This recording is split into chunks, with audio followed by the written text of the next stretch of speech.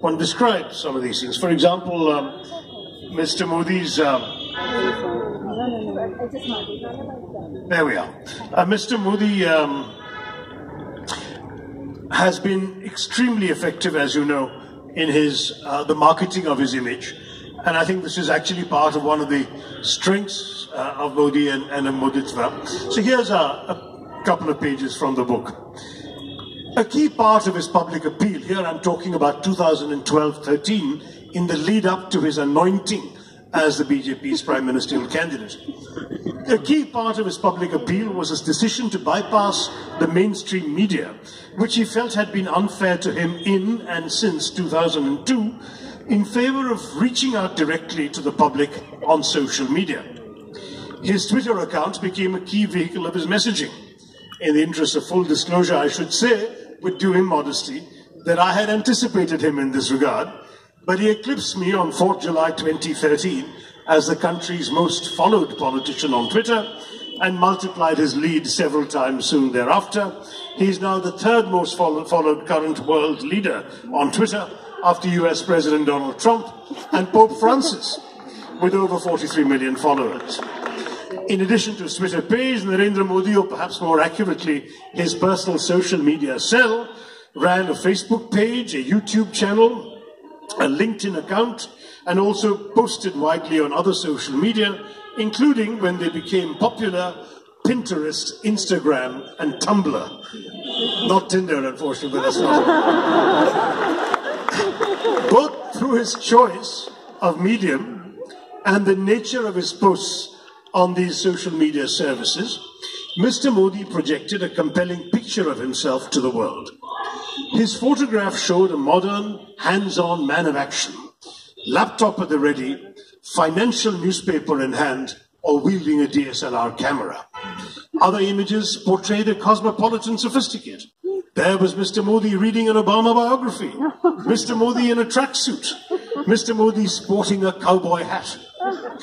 These social media images were a vital part of a larger branding exercise designed to achieve the visual reimagining of Narendra Modi.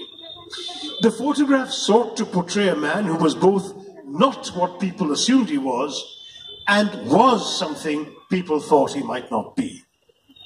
The first message was that he was not the typical socialist politician clad hypocritically in khadi, whom the Indian public had seen too many of over the years, and equally that he was not the khaki shorts-wearing, lathi-wielding RSS pracharak with antediluvian ideas about modern society and economics.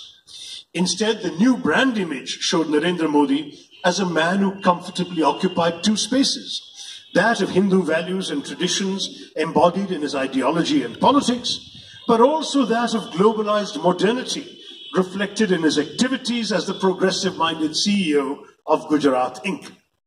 Narendra Modi had from childhood a taste for different ways of doing things and saw himself as a man of innovation. This self-image was what the picture sought to project to the wider world. The picture spoke of a figure not associated in the public mind with the RSS, a modern man, adept at using the latest communications technology, at home with international economic thought and with titans of global business. Mr. Modi wished to convey that he had a globalized vision for the nation. Unlike most of the members of his old organization, the RSS, who were associated with the nativist and protectionist ideas advocated by that body's Swadeshi Jagran Manch.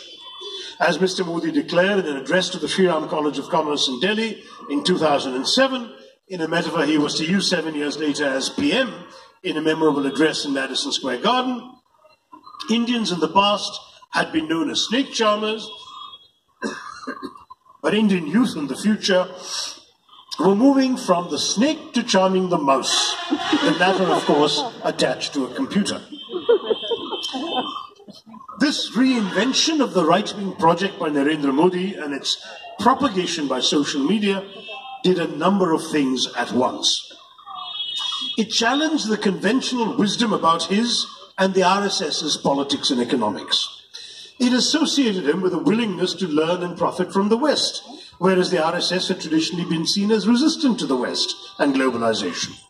It identified him with young India's aspirations for modernity. In the process, it allowed Narendra Modi to change the public perception of the party he sought to lead. It helped, of course, that much of the target audience were young people, first-time voters, Facebook and Twitter users, hailing from a generation that had grown up with little memory of the 2002 riots. It's a startling fact that half of India's population is under 25. And so, the oldest of the youths voting for the first time in the 2019 elections would have been barely 6 years old when that tragedy occurred. Many had seen the BJP as a political vehicle for old men speaking in Hindi about the glories of Hindu culture, preferably while wearing saffron and sandalwood paste on their foreheads. Instead, here was a new standard bearer, a smartly attired modern man who could click a mouse with one hand while brandishing a trishul in the other.